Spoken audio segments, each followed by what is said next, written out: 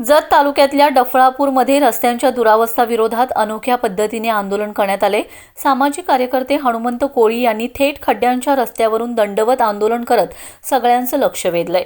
डफळापूर गावातील अंतर्गत रस्त्यांची मोठ्या प्रमाणात दुरावस्था झाली, मात्र ग्रामपंचायत आणि प्रशासनाकडून याकडे दुर्लक्ष करण्यात येत असल्याचा आरोप करत हनुमंत कोळी यांनी गावातील खड्ड्यातील रस्त्यावरून वाजत गाजत दंडवत घालून तातडीने रस्ते करावेत अशी मागणी केली।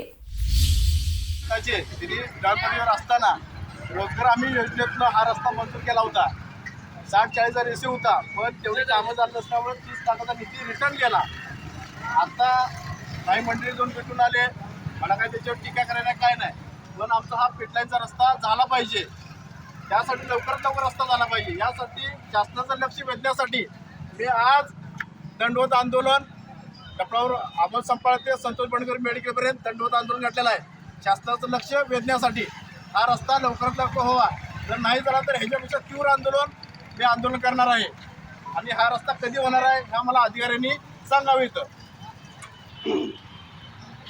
आपल्याला हा रस्ता भूषण पडळकर साहेबांनी त्यांच्या स्थानिक आमदार निधीतून हा रस्ता आम्हाला करायला हस्तांतरित केला आहे। 27 तारखेला DPDCमधून ते निवेदन आम्हाला आलेलं आहे, मागणीचं आहे।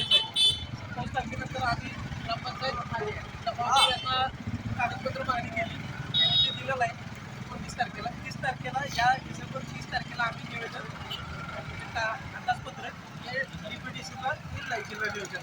आता सध्या त्याची प्रशासकीय मंजुरीचं काम सुरू आहे।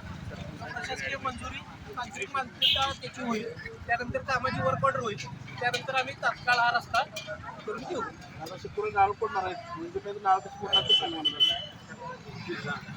नारळाचं मंजुरी तर पाहिजे, मग फिगर मंजूर नारळ पडणार आहे, लोकांना हे करणार आहे, काय करणार ते कळते लोकांना जरा बोला।